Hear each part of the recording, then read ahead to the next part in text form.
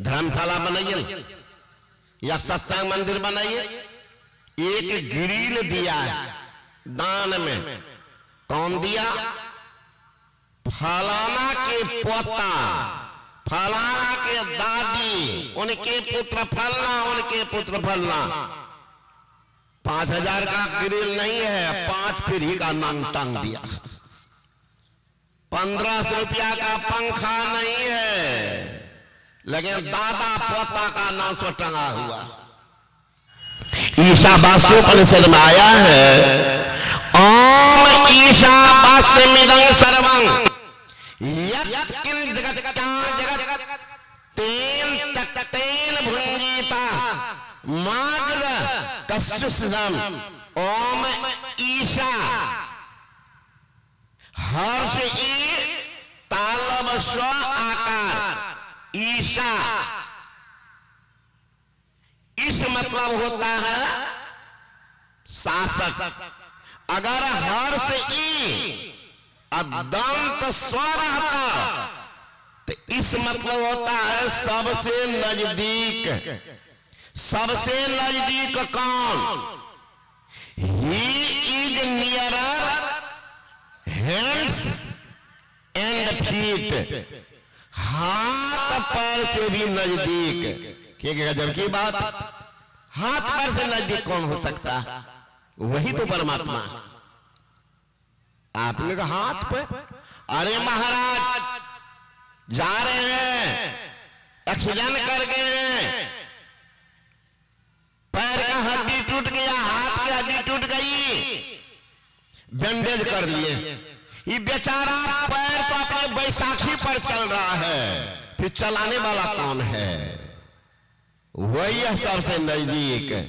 हाथ टूटा है, पैर टूटा है, फिर भी वह साथ में है। हाथ तो छोड़ दिया, हाथ तो साथ छोड़ दिया, कोई और खिला रहा है। पैर साथ छोड़ दिया है, बैसाखी पर चला रहा है, लेकिन वो कौन है? हाथ पैर से नजदीक, जो आपके साथ नहीं छोड़ा है। हाथ तो टूट गया, पैर न टूटा है, हाथ पैर से साथ छोड़ दिया। हाथ ताकि भोजन देता नहीं, पैर चलता नहीं है, वो तो अपने है बाप कर रहा। फिर वो कौन है जो आपके साथ में चोरा दौड़ा रहा है, सब काम करा रहा है? वही है परमात्मा। वही कहते हैं ओम ईशावास्यमिदं सर्वं। ऐसा शासक, जब तक कोई शासक नहीं होगा तो शासन कैसे चलेगा? जब तक कोई शासित नहीं रहेगा तो शासन किन पर चलेगा? शासक कौन? परमात्मा। शासित कौन? जीव। तो जो जिनको बनाते हैं उन पर उनका शासन तो स्वाभाविक। मां बाप की शासन अपनी संतान पर होती है, तो परमात्मा का शासन, जिनका शासन मिट्टी पर, जिनका शासन जल पर,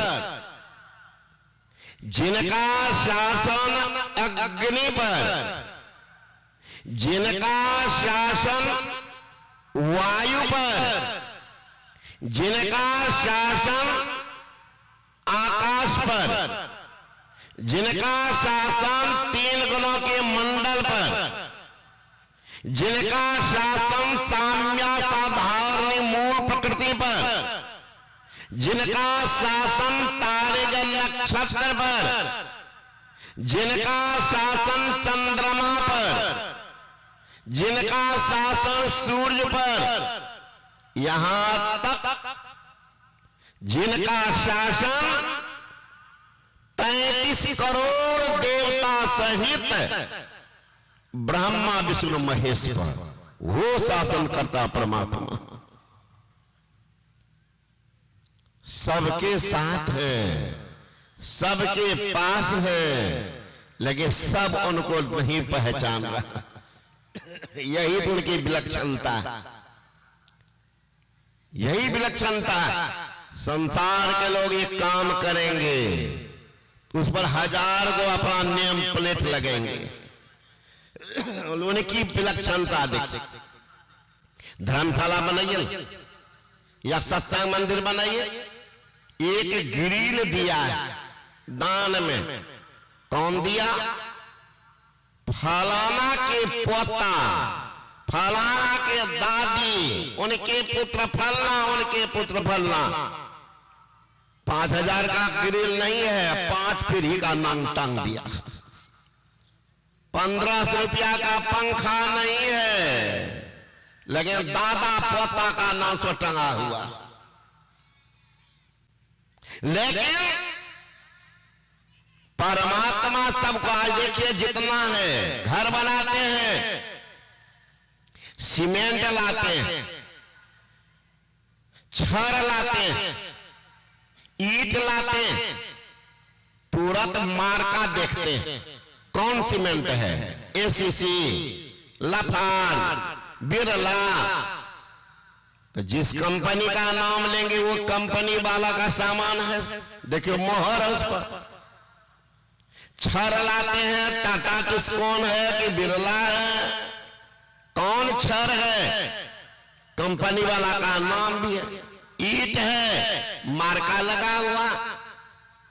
तो यहां के बनाने वाला उन कंपनियों का नाम, आपके शरीर में हड्डी मौजूद है, कौन कंपनी का नाम है बता दीजिए। कंपनी वाला का नाम कहां पर है? कौन फैक्ट्री से आया है? शरीर पर चमड़ा मौजूद है, चमड़ा का खादान कहां पर है? जांच उठा के लाया है। आंख में रोशनी आ रही है, पावर हाउस कहां पर है? उसमें तेल डालने वाला कौन है? तेल कहां से आया है? कौन तेल डाल रहा है? वो डालने वाला कौन? कब घुसता है, कब निकलता? तेल डाल के निकल गया, वो कौन? आप जा रहे कपड़ा खरीदने के लिए, कपड़ा खरीदेंगे, कीमती से कीमती लाख लाख रुपया का है। मेरे पास एक चादर दिया एक आदमी, वो 35,000 का है।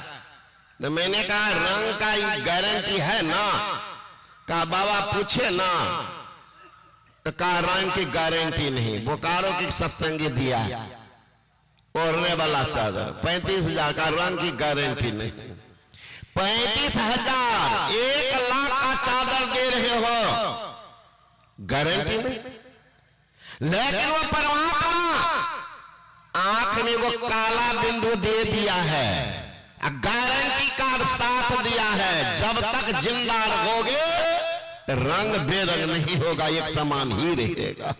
वो गारंटी कार्ड साथ में। वो कौन है? इतना स्नान किए, बाल अवस्था गई, जवानी आई, बुढ़ापा भी जाने को है, लेकिन रंग बेरंग नहीं हो रहा।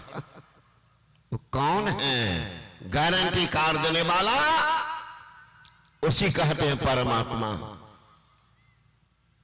हम में राम, तुम में राम, सब में राम समाया है।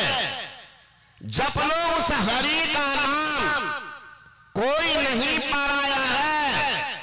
एक ही हवा, एक ही पानी, एक ईश्वर के गाया है। न जाने कौन मूर्ख ने लड़ना मुझे सिखाया है। यहां तो जाति में विभाजन किया है, सारा खेल है नेता, बांट बांट करके बर्बाद कर दिया।